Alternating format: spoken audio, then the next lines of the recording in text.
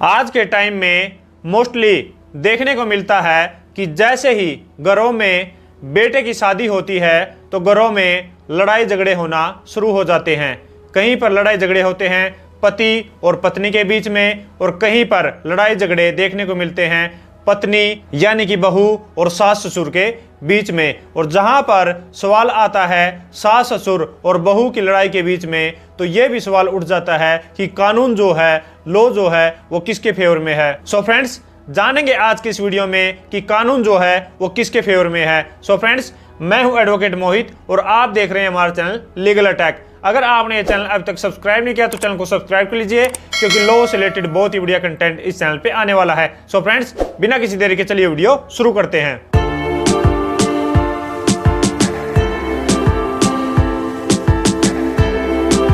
So friends, senior citizens की protection के लिए बनाया गया है सीनियर सिटीजन एक्ट 2007, जो कि सीनियर सिटीजन्स को भी प्रोटेक्ट करता है और साथ में जो उनकी संपत्ति है उसको भी प्रोटेक्ट करता है। और साथ में ही महिलाओं की प्रोटेक्शन के लिए, लेडीज की प्रोटेक्शन के लिए या फिर वुमेन की प्रोटेक्शन के लिए बनाया गया है डोमेस्टिक वायलेंस एक्ट 2005, जो कि वुमेन को डोमेस्टिक वायलेंस से प्रोटेक्ट करता है। तो आज की वीडियो में हम जानेंगे कि जहां पर सीनियर सिटीजन एक्ट या फिर डोमेस्टिक वायलेंस एक्ट, अगर इनकी लड़ाई हो जाती है तो कौन सा कानून जो है वो भारी पड़ता है। सो फ्रेंड्स, जिस जजमेंट में ये लॉ पॉइंट डिसाइड किया गया है उसका नाम है Deepali Chopra versus state of Uttar Pradesh. 27/4/2024 को ऑनरेबल इलाहाबाद हाई कोर्ट की ये लेटेस्ट जजमेंट आई है। तो सबसे पहले हम इस केस के फैक्ट्स जान लेते हैं कि इस केस में क्या हुआ था। तो इस केस में एक सीनियर सिटीजन ससुर था और उसके पास एक मकान था, और जब उसके बेटे की शादी हुई और बेटे की शादी होने के बाद जब बहू उस घर में आई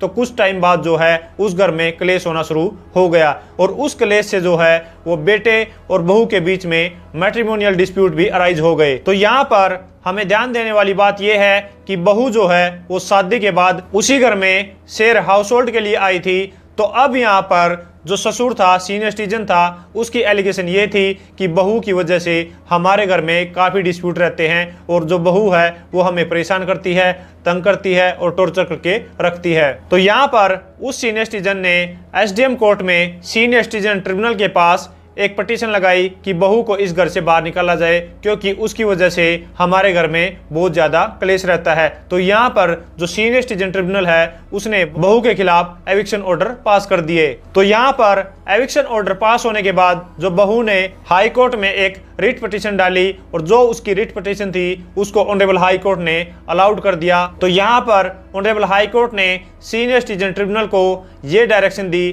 कि इस केस के फैक्ट्स को, इस केस के डिस्प्यूट्स को, जो भी S Vanitha versus the deputy commissioner में फैक्ट्स आए थे, तो उस जजमेंट को ध्यान में रखते हुए इस केस में भी डिसीजन सुनाना है। तो यहाँ पर जो वो मैटर था वो दोबारा से सीनियर सिटीजन ट्रिब्यूनल में पहुंच गया। तो यहाँ पर दोबारा से फिर सीनियर सिटीजन ट्रिब्यूनल ने उस जजमेंट के, जो मैंने आपको बताई, S Vanitha versus the deputy commissioner, उसके फैक्ट्स को कंसीडर करते हुए, उस जजमेंट को मेंशन करते हुए दोबारा से बहू के एविक्शन ऑर्डर पास कर दिए। तो यहाँ पर इस ऑर्डर से एग्रीड होकर बहू ने ऑनरेबल इलाहाबाद हाई कोर्ट में अपील फाइल कर दी, और वहां पर दोनों पार्टीज की तरफ से काफी सारे आर्गुमेंट हुए। सीनियर सिटीजन ससुर की तरफ से ये एलिगेशन थी कि ये जो मकान है वो मेरा खुद का मकान है, और ये जो बहू है वो हमें तंग करके रखती है, परेशान करके रखती है और घर में क्लेश करके रखती है। तो घर का माहौल जो है वो बिल्कुल ही खराब हो गया है। और साथ में ही सीनियर सिटीजन का ये भी कहना था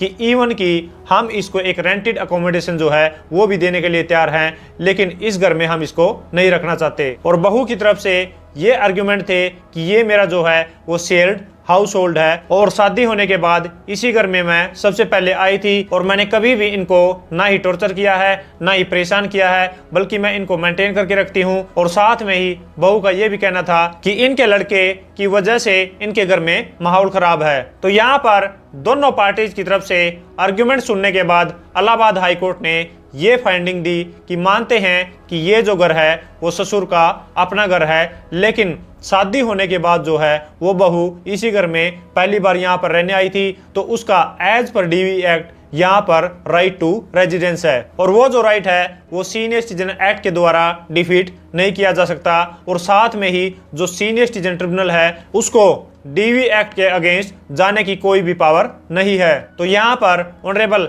इलाहाबाद हाई कोर्ट ने बहू के जो एविक्शन ऑर्डर थे उसको स्टे कर दिया, क्योंकि ये जो घर है वो बहू का शेयर्ड हाउस होल्ड है और साथ में ही उसका मैट्रिमोनियल होम है। और साथ में ही ऑनरेबल इलाहाबाद हाई कोर्ट ने इस जजमेंट को सुनाते हुए जो जजमेंट थी S Vanita versus the deputy commissioner, उसके भी फैक्ट्स को एग्जामिन किया और उसका भी इसमें रेफरेंस दिया और ये कहा कि कोई भी एक स्पेशल एक्ट जो है वो दूसरे स्पेशल एक्ट का राइट जो है उसको डिफीट नहीं कर सकता। सो फ्रेंड्स, आशा करता हूं कि आप लोगों को समझ आ गया होगा कि अगर हम यहाँ पर डिस्प्यूट को देखें कि अगर सास ससुर या फिर बहू में अगर डिस्प्यूट होता है या फिर सीनियर सिटीजन एक्ट या फिर डोमेस्टिक वायलेंस एक्ट अगर इनमें झगड़ा होता है तो यहाँ पर जो है वो बहू का पलड़ा भारी है और जो डीवी एक्ट है वो सीनियर सिटीजन एक्ट पर भारी पड़ता है। सो फ्रेंड्स, आशा करता हूँ इस वीडियो से, इस जजमेंट से आपको समझ आ गया होगा कि जहाँ पर भी